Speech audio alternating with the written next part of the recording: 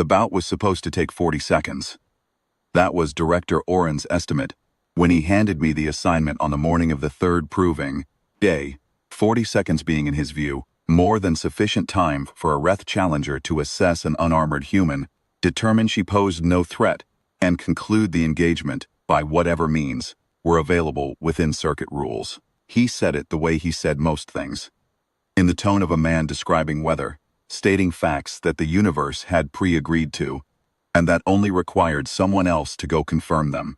He had a habit of pre-agreeing with the universe on mornings when he wanted things handled efficiently, and on that morning he wanted several things handled efficiently, because the main car for the afternoon session was running behind in its implementation, and he had 3 senior-tier review disputes sitting in his queue and a logistics complaint from the Reth hospitality liaison that he had been managing through diplomatic inaction for 5 days. I was, as usual, the person he handed the assignment to. I have been coordinating bouts on the Reth proving circuit for 22 years. In that time I have overseen 1,411 documented matches, including the 3-day final that destroyed the south wall of Proving Pit 7, 2 emergency evacuations, and the incident with the Kothvar ambassador that we are still not permitted to discuss in writing. I have seen outcomes that violated every prediction, every standing assessment, every reasonable extrapolation of data available at the bout's opening. None of them prepared me for what happened at the 40-second mark, which was the point at which the first Reth challenger stepped back. I am writing this because the official record, the one Director Oren attempted to have sealed, and which the Reth matriarch militant Fess has since personally intervened to keep public, does not capture the texture of what I witnessed. Numbers and verdicts do not explain the quality of the silence that fell over an arena of 6,000 observers when the second challenger stepped back, and then the third, and then every one of the 9 who followed. Statistics do not explain the look on Director Oren's face when Vess descended from the gallery rail, crossed the pit floor in full challenge armor, performed the recognition display to a 31-year-old human woman from a wilderness survey background, and then turned to face him with the specific quality of patience that the Reth reserve for creatures they have decided not to eat. So I am writing it down. All of it. Beginning with the morning, Director Oren walked to my coordination office and told me he had a warm-up draw he wanted scheduled before the main session. I should explain the proving circuit for anyone unfamiliar with how it operates. The Reth are the apex warrior caste of the Reth compact, reptilian, heavily plated, bipedal, averaging 2.5 meters, in full standing height, with a natural bone armor overlay across the shoulders, orbital ridges, forearm ridges that most other species require fabricated equipment to replicate. Their culture runs entirely on earned standing. Status is not inherited among the Reth, not appointed, not purchased, and not awarded for seniority. It is recognized, which is a different thing, and the distinction matters. Recognition is something that comes from the pit, from a body that was there, and assessed and arrived at a conclusion. Every rank in their society traces back, at some generational depth, to a pit floor. The word they use for respect and the word they use for assessment are the same word, pronounced differently, only at the tonal register that indicates whether something is present or past. Proving circuit is the formal institution that governs this. 3 times annually, challengers from across Reth compact space travel to whichever facility is hosting the current session, register their intent, and are matched by a coordination team, of which I run the senior table, against opponents of calibrated equivalence. The pit floor is neutral. No weapons of penetrating type are permitted. No intervention from the gallery is permitted once a bout is live. The coordinator calls the outcomes, records them in the standing ledger, and is theoretically impartial. I say theoretically because 22 years on the senior table has made me many things, and impartial is perhaps not the first word I would choose. The human designation in the bout record was Sarah Dale. She had arrived at the facility 4 days prior on what I understood to be a diplomatic intake, a provision in the compact charter that allows non-Reth species attending as observers or representatives to participate in circuit activities at their own request, provided a medical waiver is signed. and a species risk assessment is completed by the facility's senior coordinator. That was me. I had reviewed her file, 31 years of age, former wilderness survey contractor for a company operating in low-mapped frontier sectors. Prior to that, 18 months as a supply run handler on a mixed-route cargo circuit was not on the official summary, but appeared in a secondary document her transit authority had attached to the intake package without apparently intending to. Before that, some years of work I could not cleanly categorize from the records available in a region of space that the Reth Compact's Frontier Registry described not only as conditionally mapped, periodic hostility designation. The company she had worked for in those years no longer had an active registration, which could mean several things, none of which the intake file explained. No formal combat training documentation, no challenge circuit history with any recognized institution, no standing in any ledger I could access. On the species risk assessment, I had marked her as low challenge priority, minimal threat posture, appropriate for observation status with supervised proximity to active challengers during non-bout periods. I had not flagged her as a bout participant. That was not my decision. Director Oren had received a petition. Dale had submitted it herself, 3 days after her arrival, through the proper intake channels. A formal request to be entered as a challenger in an exhibition bout, non-standing, results to be recorded in the circuit log, but not counted toward any ranked progression. She had cited her prior wilderness survey experience as evidence of predator encounter conditioning, which was the chart category that covered the waiver provision. And she had signed everything that needed signing. The waiver was 3 pages. She had read all of it and asked one question: whether circuit rules permitted a challenger to decline to strike if they chose not to. The intake officer had confirmed this was permissible. She had nodded and signed the 3rd page. Director Oren had approved the petition the same afternoon. He told me later he had done so because he thought it would draw a sizable gallery presence on a day when the main sessions card was light on high-status bouts, and an unusual pairing would bring additional observers through the gates. He was correct that it drew a sizable gallery presence. I do not think the afternoon went the way he had in mind. Though in fairness to him, I am not certain any of us would have predicted the morning correctly either. I scheduled it for the early session, 3rd bout of the day, before the major card began. The slot usually held for maintenance exhibitions and youth challengers, working their first documented entries. This was, I recognize in hindsight, a judgment on my part that reflected my own assessment of the match's likely duration and significance. I placed it 3rd because I expected it to be over before the gallery was fully seated. The gallery was fully seated by the 2nd bout.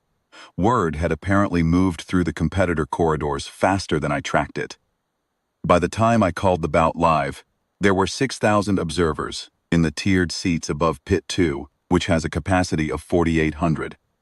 Where the extra 1,200 had come from, I did not investigate at the time, though I noted later that the standing walkways along the upper tier were packed to the rail, and that 4 senior Reth challenger lines, warriors, registered for the main session card, were visible in the 2nd tier, not in their assigned preparation rooms, where they were supposed to be. I filed the preparation room absences as a scheduling note, which is the mildest category of infraction available to me, partly because I understand now why they were there, and partly because 2 of those 4 later became important to how the afternoon's documentation was received at the regional level.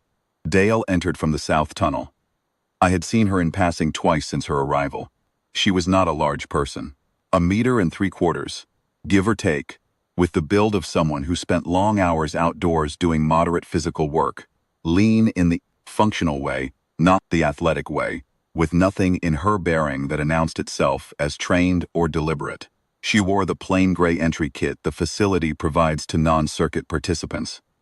Light draw fabric over the torso and arms, fitting trousers, low boot with grip sole, no augmentation, no armor of any kind. It was not unusual for a first entry exhibition, but which, in her case, carried a different visual weight than it usually does. She walked into the pit the same way I have seen experienced challengers walk into it, and experienced challengers have been here before. She did not look at the gallery. She walked to the center mark, stood on it, and waited. Her posture was what I noticed. It was not a combat posture, not the low balance ready stance most of our human origin challengers adopt when they're nervous and trying to look like they aren't. It was the posture of a person waiting for a transport. Weight even, hands at her sides, slightly loose. Head was level and still. Her eyes were on the north tunnel, which was where the Reth Challenger would enter. She was waiting for the about to begin in the same way a person waits for a routine event they have scheduled and expect to proceed normally. I have a notation in my coordination log for that morning. I made it at the moment she took her position at the center mark, before the Reth Challenger had entered, before anything had happened at all. It says, posture read settled, not nervous, verify. I do not know why I wrote that. I have reviewed the log many times since. The first challenger was Teth Orak. He was a registered mid-tier competitor, third year on the circuit, with a solid progression record, and 4 senior escalations in the current session alone. He was, by every metric I use, the correct calibration for a low-standing exhibition, capable enough to conduct the bout, professionally, not so senior that the match would be inappropriately weighted. He entered from the north tunnel at the standard approach pace, stopped at his start mark 8 meters from her, and began his initial assessment. I should explain the initial assessment because it matters to what followed. Reth do not enter about fighting. They enter about reading. The assessment period is formally allotted as 60 seconds, during which both challengers hold their marks and observe each other. Coordinator times it. The practical function is calibration. The Reth are attempting to understand what kind of creature they are looking at, whether it is prey, peer, or apex, and calibrating their approach accordingly. The assessment is as a conversation conducted entirely without speech. Small postural signals, plate angles, weight distribution, quality of eye contact, the presence or absence of reactive movement. Most challengers during this period move, shift their weight, adjust their stance, make small signaling movements that the Reth reads as information. Stillness, for most non-Reth challengers, is something they manage for a few seconds before something in them cracks and they move. Dale did not move. 60 seconds. She stood at the center mark, hands loose at her sides, weight even, eyes on Orak, and she did not move. She was doing something with her gaze that I have spent some time since trying to articulate. It was not the direct confrontational eye contact that signals challenge. And it was not the averted gaze that signals submission or discomfort. It was the slightly off-center, wide-field attention of a person who is tracking everything in her peripheral range without fixating on any of it, which is a very specific quality of presence, and which I have seen in 2 categories of people in my experience. Senior Reth veterans who have been doing this long enough to have stopped needing to perform anything, and wilderness route handlers who work with large fauna in low-mapped sectors. At the 40-second mark of the assessment period, Orak tilted his head. This is a minor but notable behavior. It indicates the Reth Challenger has encountered a data point that does not fit the model they were building. The 55th second his lateral plates had shifted slightly, which is a postural adjustment. The Reth make when they are recalculating threat assessment upward, not threat in the acute sense, not I am about to be struck, but threat in the calibration sense. This is not what I thought it was. The assessment period ended. I called it live. Orak advanced. He moved in the standard challenge arc, not a direct approach but an angled one, covering ground along the left side of the pit with his armored shoulder leading, which is the Reth's standard opening for a lower weight opponent. It is a posture that looks like it is not quite pointed at you, which in practice means it is entirely pointed at you, while also being pointed at everything around you simultaneously, and it is effective because it creates no single point of engagement to react to. Dale turned to face him as he moved, slow, deliberate, tracking his arc.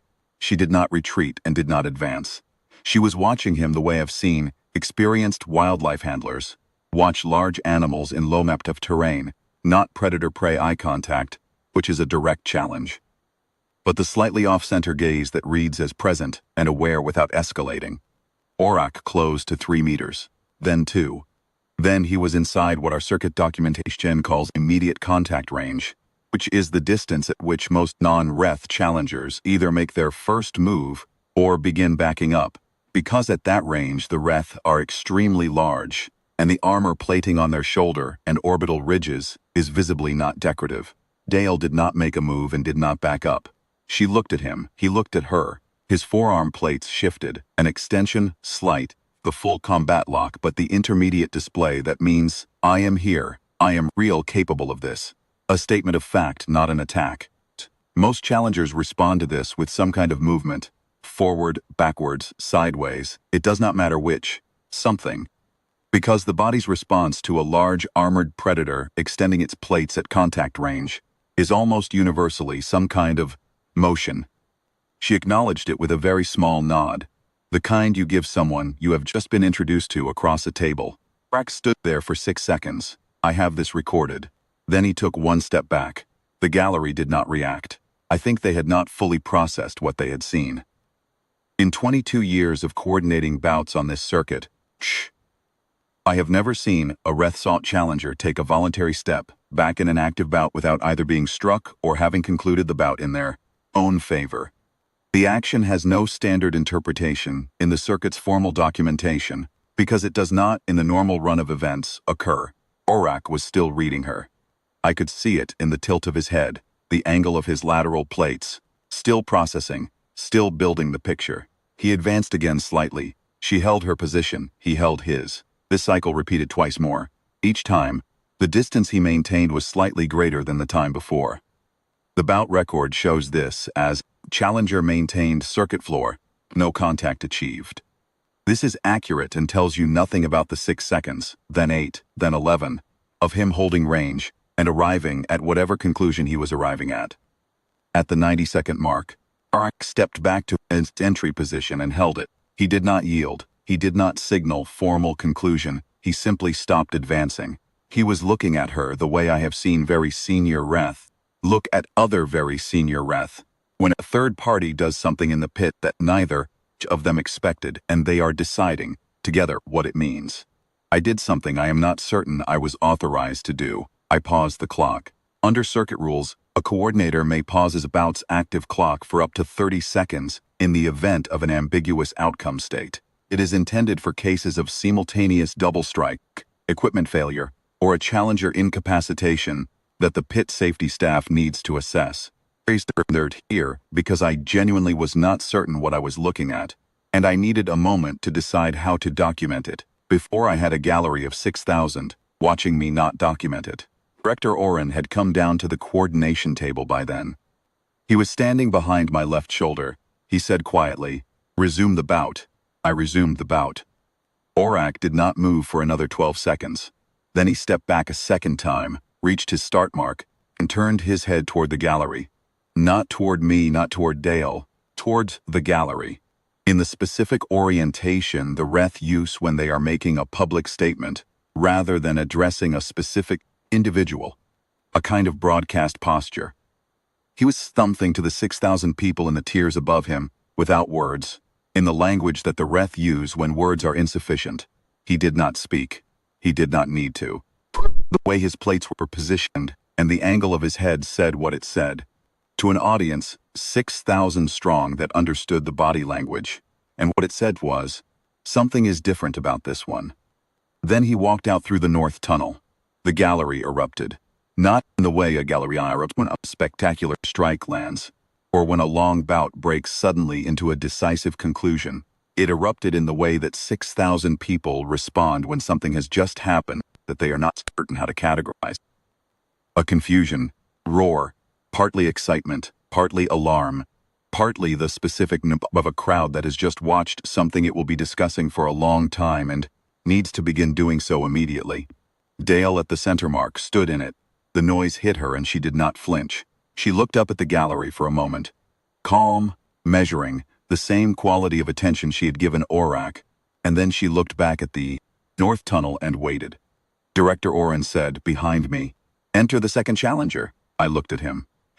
He was watching Dale with an expression I did not immediately have a name for, which I have since concluded was the expression of a person who has placed a bet on a racecourse, and has just noticed that the animal they bet against is behaving in a way not covered by the form guide. Sir, I said. The bout record for this entry was single challenger exhibition. Enter the second challenger, he said again. Open challenge format, exhibition rules.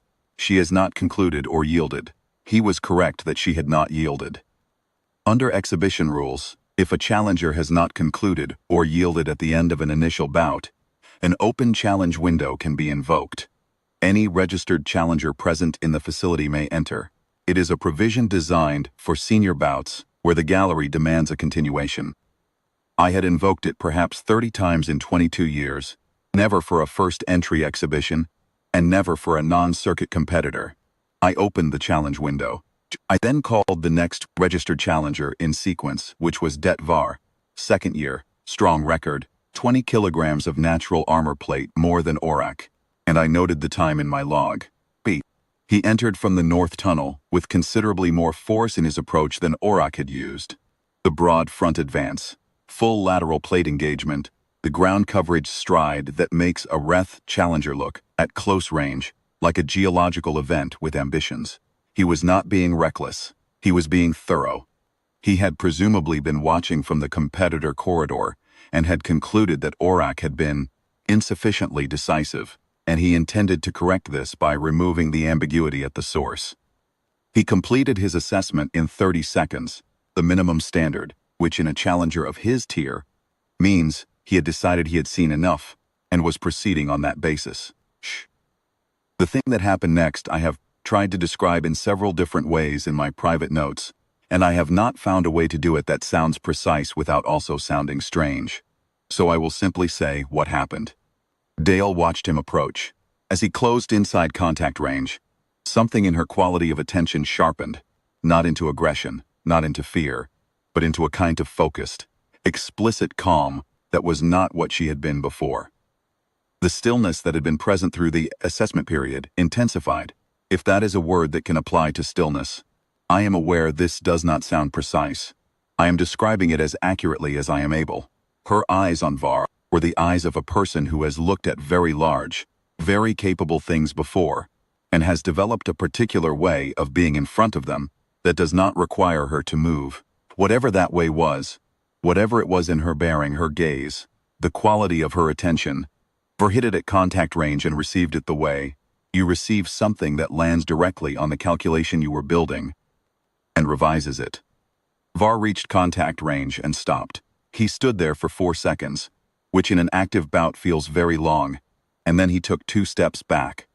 The gallery noise was different this time. Less confusion. More of something else.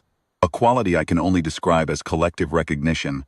The sound of 6,000 observers, arriving at the same conclusion simultaneously, and being surprised that they had. Director Oren said, "Nothing behind me." I did not look at him. I entered the third challenger. I will not detail every bout in full because to do so would require more pages than this document has been allocated, and also because a close accounting of each individual exchange, while factually informative, misses the texture of what the morning became. So I will describe the shape of it instead, and I will detail the ones that changed the shape. Challenger 3 was Meth Cool, senior tier, 6-year circuit veteran, 3 session finals appearances. He advanced to contact range and held for 11 seconds before stepping back. As he left, he did the plate angle broadcast Orak had done. The gallery statement. The gallery received it differently the third time. They were no longer confused. They were tracking something. Challenger 4 was a pair. 2 mid-tier competitors who had registered together and requested a joint entry under the open challenge provision, which is permitted in exhibition format. Both of them stepped back, though not simultaneously. The first stepped back after 8 seconds at contact range, then looked at his partner, and the second stepped back approximately 2 seconds after that, with the expression of a person who has just received confirmation of something he had suspected on his own, but wanted to have validated. They left through the north tunnel side by side, which I noted in the record as joint conclusion, non-contact. I also noted in the margin that the first of the two had paused at the north tunnel entrance and looked back at Dale before leaving. This is not a standard exit behavior. I noted it without interpreting it. Challengers 5 through 7 were solo entries. Challenger 5 was the most senior competitor I had entered in the sequence so far. 8 years on the circuit, 2 session championship titles, a mass and plate density that made the pit floor register his approach on the weight-sensing substrate. Before he had fully cleared the tunnel, he was not a large movement challenger. He was the kind of Reth who does not need to be. He moved to contact range with the unhurried deliberateness of someone who has been doing this long enough that the arena and its crowd have become background, and he assessed Dale for 19 seconds. I watched his orbital plates during this period, and the progression of their adjustment was as precise as a measurement instrument. Small increments, each one more extended than the last, calibrating in real time against something he was reading in her that he had not expected to find. He stepped back at the 19-second mark and turned to the gallery before leaving. This time the gallery saw it and understood it, and the sound they made was not confusion. It was not a performance sound at all. It was the sound of a large number of people who have just been made to understand something. Challenger 6 stepped back in 6 seconds. He was the fastest of the morning. Later, in the post-session period, I heard from one of the pit safety staff that Challenger 6 had, in the competitor corridor before entering, reportedly said something to the 2 colleagues beside him that no one in earshot had repeated exactly, that the general register of was. She is not what the assessment says she is. I cannot confirm this. I note it because I think it is probably true, and because the 6-second mark suggests he had confirmed it quickly. Challenger 7 held for a full 30 seconds before stepping back, and this one I need to describe in more detail, because something happened that I had not seen before and have not seen since. During his approach and during the extended hold at contact range, Dale moved, not a combat move, not a retreat. She shifted her weight slightly to her right foot and tilted her head. The same 45-degree tilt the Reth used for detailed close-range analysis, and held it for perhaps 2 seconds while looking at Challenger 7's and with the quality of attention you use when you are genuinely interested in what you are looking at. It was such a small thing, a weight shift and a head tilt. It would not have registered in the bout record as a formal action, which is why it does not appear in the record as a formal action. What appeared in my coordination log in the notes column was slight postural shift from Challenger Dale, head tilt at 45 degrees, 2 seconds. Challenger responded at extension reflex level, full lateral plate extension, immediate, not threat response, recognition response, verify. Challenger 7 stepped back immediately after. He was still looking at her when he left the pit floor. I noticed at this point that the senior Reth Challenger lines in the second tier had moved to the gallery rail. They were no longer leaning on it casually. They were gripping it. Their plates were at full engagement. The display posture you see at the beginning of a senior bout before the first exchange, when everything is still open, and nothing has been decided. They were watching the center mark, the way you watch something when you understand that is deciding something. Director Oren, behind me, had stopped speaking. He was behind me, and I could hear him breathing, which is a thing I had not previously had occasion to notice about him. By Challenger 8, the gallery had stopped making noise. That was the detail that struck me most about the middle of the morning. 6,000 observers, and the silence between each Challenger's exit and the next one's entry had grown from a few seconds to something that had weight and texture. I have worked in this arena for 16 years. I have never heard it that quiet during a live bout record. The ambient temperature regulation system in the upper tier was audible. I know this because I could hear it. Challengers 8 through 10 proceeded without contact, and I will describe them briefly, because the brief description is accurate to what happened, and because the pattern by this point had shifted from surprising to something else. Something that I did not have a word for in the moment, and which I have since concluded is the word inevitable, though it did not feel inevitable while I was in it. Challenger 8 spent 27 seconds at range. He was a careful Reth, thorough, not given to quick conclusions. I knew his record and his approach tendency. The 27 seconds were him doing his assessment correctly, and arriving at a correct conclusion, and then doing what the conclusion required. He stepped back and left. Challenger 9 approached, assessed for 40 seconds, and then withdrew from contact range without having fully advanced. He stopped himself at 2.5 meters, which is outside immediate contact range, held for 12 seconds while looking at her, and then turned and walked out. The 12 seconds at distance, before he turned, looked to me like a person who had already understood what he was going to do before he had fully reached the range where he would have done it, and was not entirely sure how to account for the fact that he already knew. There was something meditative in how he stood at 2.5 meters. Not reluctant, not uncertain, but reflective, as if the understanding had come to him so cleanly that he was taking a moment to register it properly. I logged the exchange as advanced assessment, self-concluded, non-contact, and noted in the margin, withdrew before contact range. First self-conclusion without full approach, see pattern. Challenger 10 was different. Her name was Reth Voss, and she had been on the circuit for 11 years, which is, among the Reth, a long career. 11 years means you have assessed several hundred opponents on the pit floor and arrived at conclusions about all of them.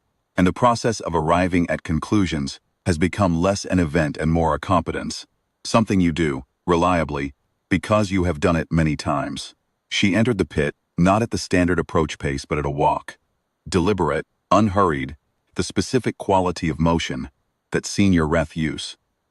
When they want everyone watching to understand that they are choosing their speed, not responding to anything. She was enormous.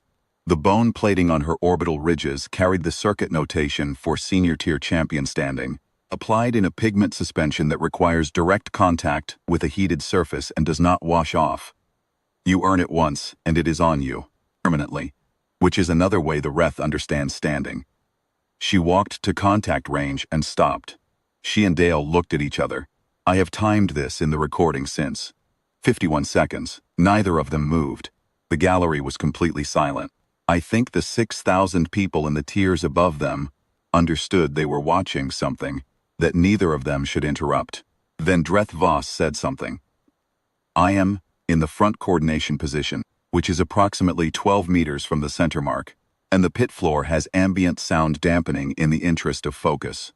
I did not hear what she said. I could see from her laryngeal plates, the small lateral structures around the Reth's primary vocal opening, that she had spoken, and I could see from the quality of Dale's attention that she had heard it and was taking the question, because it read, from the plate configuration, as a question. Seriously, Dale replied. I did not hear this either. What I saw was Reth Voss's orbital plates extend to full assessment engagement, not the combat extension, the reading extension, the one that means I want to be absolutely certain I understand what you just said, and hold there for 3 seconds. Then she straightened her head, looked at Dale for one more moment from full height, and performed the intermediate acknowledgement. Not the full recognition display, to fate I will describe in a moment.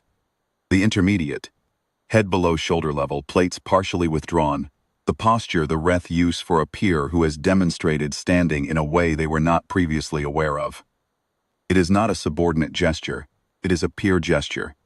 It is the Reth's way of saying, I see you, and I note that I should have seen you earlier. Then she stepped back to her entry position and left. The gallery was silent enough that I could hear the ambient temperature regulation system cycling in the upper tier. Director Oren said from behind me, Close the challenge window, I said. 2 registered challengers remaining, he said. Close the window, I said. Under circuit rules, sir, an open challenge window must remain accessible to all registered challengers until the current participant has formally yielded or concluded. Dale has not yielded or concluded. He did not respond to this for a moment. Then he said more quietly, Close it after the remaining 2. Challengers 11 and 12. Challenger 11 spent 14 seconds at contact range before stepping back. He was young, second session, strong early record, clearly capable. And what struck me about his exchange was the precision of how he paid attention to her. No wasted motion, no theatrical approach. He walked to range, assessed, and reached his conclusion in 14 seconds. And the conclusion was the same as every challenger before him. He stepped back and left at a measured, unhurried pace. At the tunnel exit, he paused and looked at his own hands for a moment, which is not behavior I have a category for. I noted it anyway. Challenger 12 entered last. He was also young, second circuit year, which I knew because I had processed his registration myself at the session opening.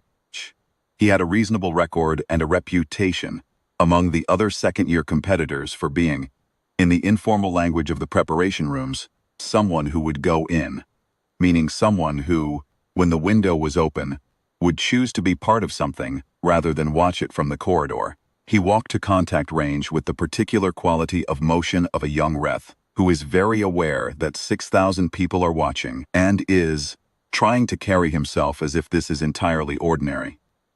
He managed this reasonably well until he reached contact range and encountered, at contact range, whatever it was the previous 11 challengers had encountered. Then he stood there for 6 seconds, and I watched his plates do the progression I had now seen 11 times. Initial engagement, incremental extension, the pause at full extension where the model is being revised, and then the step back. He stepped back and looked at her, and his expression was the one I had seen on Challenger 4's face. Not confusion, not alarm, surprise at this point, but the specific expression of someone who has just arrived at understanding a thing they will probably be thinking about for a long time. Then he left, and the open challenge window closed, all registered challengers having entered and concluded. Treek. Dal was standing at the sensor. She had been standing there for 1 hour and 17 minutes. Posture was exactly what it had been when she walked in. Her hands were loose at her sides. Her weight was even. I was about to call the bout concluded. Technically, she had not been touched, which under circuit rules constitutes a concluded bout in the challenger's favor in any format, exhibition or standing. When the movement happened in the gallery, the senior Reth challenger lines in the second tier had stood up from the rail. One of them was coming down. There are stairs from the second tier to the pit floor for gallery access in non-bout periods. They are not intended to be used during an active bout record, because an active bout record means the pit floor belongs to the challengers, and the coordinator and gallery access constitutes an intervention which is prohibited. I opened my mouth to announce this. I closed it. The individual descending the gallery stairs was matriarch militant Vess. She was not wearing gallery attire. She was in full challenge armor. The Reth formal recognition plate, which is ceremonial in the sense that it is extremely old and extremely heavy, and takes 2 assistants to put on, and functional in the sense that it will stop anything short of a penetrating type weapon, which is why it still exists. It is worn in circuit tradition for one purpose only, the formal recognition display between champions of documented senior standing. I sat down and did not announce an intervention. My official documentation for this moment reads, Coordinator Assessment. Gallery access consistent with recognition provision. No intervention called. The recognition provision is a real provision. I had never used it before. I used it correctly. I will also note that the other 3 senior challenger lines in the second tier did not descend with her. They held the rail and watched, which was, I recognized at the time, the Reth's version of bearing witness. They were there so that what was about to happen would have witnesses of appropriate standing. The circuit's recognition tradition requires them. Fess had apparently arranged this before she came down. She reached the pit floor. She crossed to the center of the pit without haste, without performance, without any quality in her movement that suggested she was doing anything other than going somewhere she had decided to go. She was 3 times Dale's mass, armored from orbital plate to knee, carrying 23 years of circuit standing in the markings on her plating, and she walked to contact range and stopped, and for a long moment neither of them moved. The gallery above them was so quiet I could hear the ambient sound of 6,000 people breathing. Then Vess lowered her head, all the way, full recognition display, complete ventral plate exposure, the top of her orbital crest pointed at the pit floor, head below the line of her shoulder joints, all her armor in the open vulnerable position that the Reth used to say, in the most formal language their culture has, I recognize you as standing equal or above mine, and I say so in front of witnesses. In 22 years I have seen this display performed 11 times in my coordination area. It is not performed lightly. It is not performed for rank, title, or seniority, because those things are not earned in the pit. It is performed for standing, that is, and that the pit has confirmed. She held the display for 3 seconds. Then she straightened. She and Dale looked at each other for a moment longer. Something passed between them. I was too far away to hear it, and I do not think either of them would characterize it as a conversation so much as an acknowledgement, one creature to another, of what had just been said. Then, for the first time since she had entered the pit, Dale smiled. A small thing, dry and warm, the smile of a person who has just received a courtesy they were not certain they had earned, and who is privately pleased about it and is not going to make a production of the feeling. Hess, I noted in my record, turned to face the gallery when she saw it. Loudly enough for the full house to hear. The phrase I have since seen in every circuit commentary document and secondary analysis produced in the months that followed, Stillwater standing, which is not a formal circuit term and is not in any documentation I have ever reviewed. It is, as best I have been able to determine from subsequent inquiry with senior Reth challengers, an informal designation used among very senior veterans to describe a quality of presence that the pit's formal assessment metrics cannot measure, a stillness that the Reth read not as passivity, but as the opposite of it, as the specific calms of something that has looked at enough dangerous things to have stopped reacting to them, and that holds its ground not because it cannot move, but because it does not need to. The designation exists among senior veterans because senior veterans have occasionally, very rarely, encountered it. In another senior Reth, in a creature of a different species that had lived the kind of life that produces it, in the rare individual who carries, in their bearing, the record of every large and dangerous things they have stood in front of, and not moved away from. I wrote it in my coordination log in the notes column as a direct record of what Fess had said. I underlined it once, which I do not usually do, because it seemed to be the kind of designation that would matter later. The gallery made a sound I have not heard before, and have not heard since. Then, Director Oren walked onto the pit floor. I should be precise about what I observed, because he has since disputed several characterizations of his conduct in that moment, and my coordination log is the official first-hand record. He was walking toward Dale. His intent, he has stated in subsequent review proceedings, to formally close the bout record and escort her to the post-bout medical station, which is standard post-exhibition procedure. He did not reach her. Hess stepped between them. She did not touch him. She did not strike him, threaten him with any prohibited movement, or make any of the formal challenge gestures that would have triggered circuit response from me. She simply stepped between them and stood there in full recognition plate, and looked at him from a height advantage of approximately 60 centimeters, with the particular quality of patience that she had been doing this long enough to have perfected, which is the patience not of someone who is waiting for you to do something, but of someone who is entirely comfortable standing here while you decide. Director Oren stopped walking. The gallery was very quiet. Hess addressed him. I could not hear it from the coordination table. In his subsequent review statement, he described it as a formal request regarding bout documentation. I have reviewed the statements of 4 gallery observers seated in the front tier, who had better auditory access than I did, and their accounts are consistent, she said, in the Reth's formal standing address register, that the result of this morning's record was a recognized outcome and would remain in the circuit's standing documentation in its entirety. That any request to seal, modify, or redact, it would be received as a challenge to the recognition just performed, and that she was confident the review board would find this inconvenient. She was not wrong that they would find it inconvenient. I have read the review board's correspondence from the 3 weeks following the session. Inconvenient is a conservative characterization. Director Oren, by all gallery accounts, nodded. He then walked back to the coordination table, which was where I was standing, and stood next to me, and did not speak for approximately 40 seconds. Then he said, in the tone of a man who has recently revised his relationship with certainty, and is being careful about every word until the new relationship settles, record the full sequence. No omissions, I said. Yes, sir. Shh. He looked at the pit floor, where Fess and Dale were standing together, and Dale had said something that made Vess perform the 45-degree assessment tilt.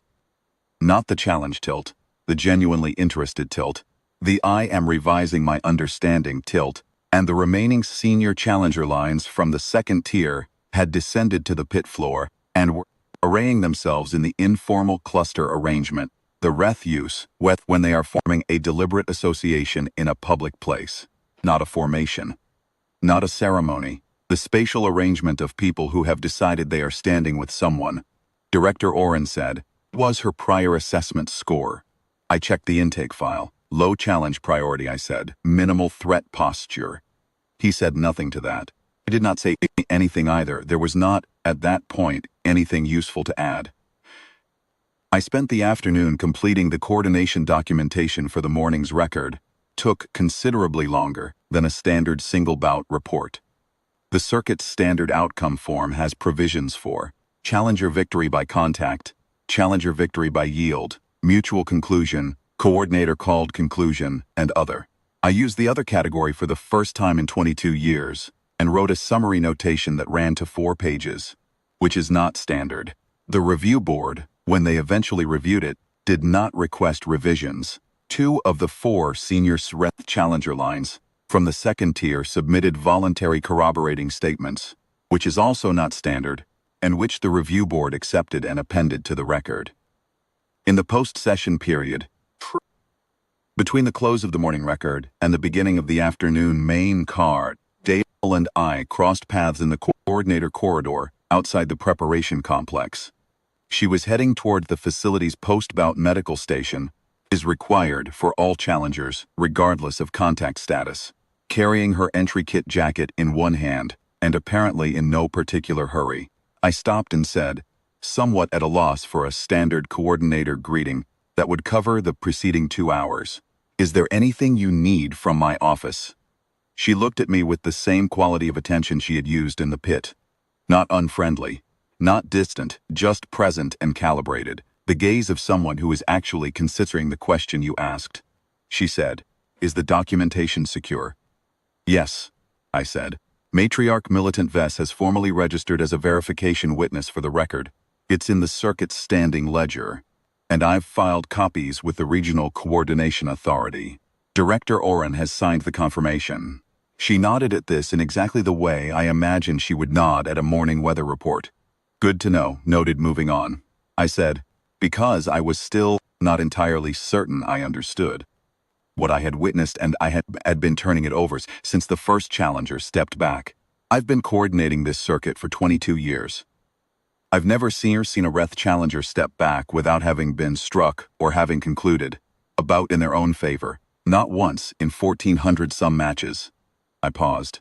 12 challengers this morning. She was quiet for a moment.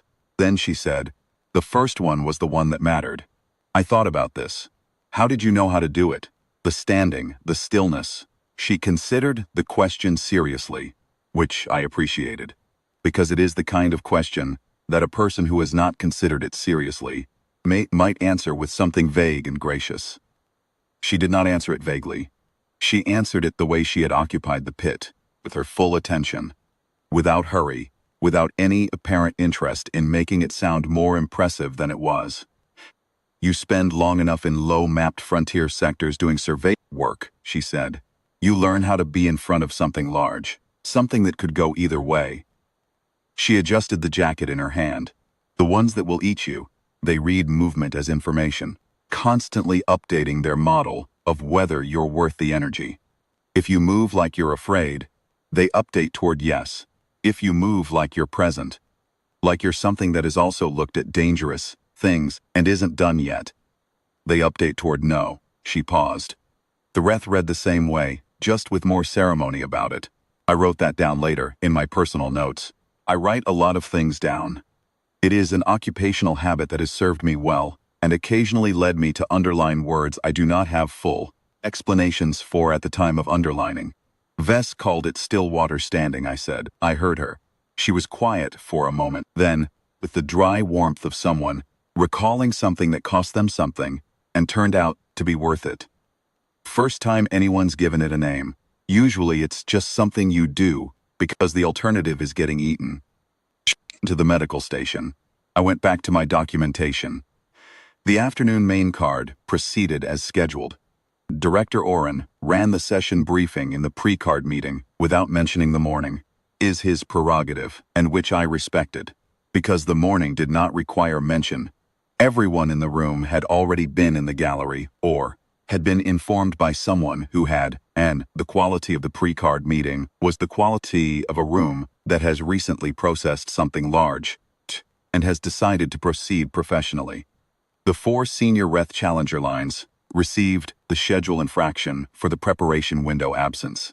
Matriarch Militant Vess attended the afternoon session from the gallery first tier and watched the entire main card without comment. She was still there at the close of session.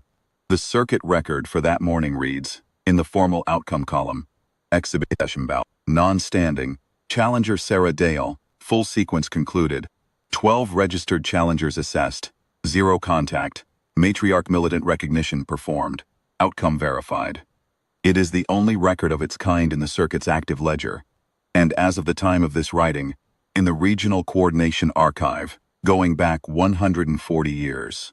The review board confirmed this in their formal assessment. They confirmed it in slightly shorter language than I have used here, which is appropriate because they are a review board, and brevity is correct in that context. I am not a review board. Brevity is not what I am trying to achieve. Director Oren, at the end of session debrief 3 days later, in a room with 8 senior coordinators and 2 review board representatives present, referred to the morning's record as an unanticipated outcome consistent with the Charter's recognition provision. He said it in the weather report tone. It was, given what the morning had been, a more careful use of the weather report tone than I have usually heard from him, and I gave him quiet credit for the effort. Pre-agreement with the universe had been suspended on this one, at least in the official proceedings. I have one final note. 3 weeks after the session closed, I received a documentation request from the Regional Coordination Authority, asking for a copy of my primary log, notes for the morning in question, citing the record for potential inclusion in the Standing Documentation Archive as a precedent case. Standard procedure. I sent them the full log. In preparing the copy, I reread my own notations from that morning for the 3rd or 4th time, looking for anything I had failed to document clearly. I found the 2 places where I had written verify, once after my first observation of her posture at the center mark, before a single challenger had entered, and once after her slight postural shift in the 7th bout. 2 words, written in real time, flagging something in her quality of presence that I had noticed and did not yet have language for. Stillwater standing, Hess had called it. I wrote verify, which amounts to the same thing, just less precisely. I left both notations in the copy I sent to the archive. Some things should be on record, exactly as they were recorded, without revision, because the revision would make them sound like I understood what I was seeing earlier than I did. I did not understand what I was seeing. I was a senior coordinator on a well-run circuit who had done this for 22 years. 31-year-old wilderness survey contractor from a conditionally mapped frontier region walked onto my pit floor in a gray entry kit and stood very still, and I wrote verify because I did not know what else to do with it at the time. She knew. She knew from the first one. I have thought about this more than is probably professionally appropriate. When the documentation is finished and the session is closed, and I am the last person in the coordination office, I think about those 40 seconds that Director Oren had estimated, and the 1 hour and 19 minutes that the morning turned into. The gap between those 2 numbers that a 31-year-old woman filled by standing at a center mark in a gray draw fabric entry kit. Still, patient and entirely unfazed, while 12 of the finest assessors in the Reth proving circuit came to her, one at a time, and reached the same conclusion. The bout was supposed to take 40 seconds. It took 1 hour, 19 minutes, and 14 seconds, from the call to the last gallery observer leaving the arena. Director Oren's estimate was off by quite a bit. He has not made a similar estimate presence since, about anything, in the weather report tone. I record this because the record is what I have, and because the circuit standing documentation, accurate as it is, does not say the one thing I think is worth knowing about what I watched that morning. Not one of those 12 challengers stepped back because they were afraid of her. They stepped back because they recognized her. That is a different thing entirely, and it matters. There is a difference. The circuit's documentation does not have a formal category for it yet. Matriarch Militant Vess has submitted a formal proposal to add one. I have signed on as a supporting witness. I expect it will pass.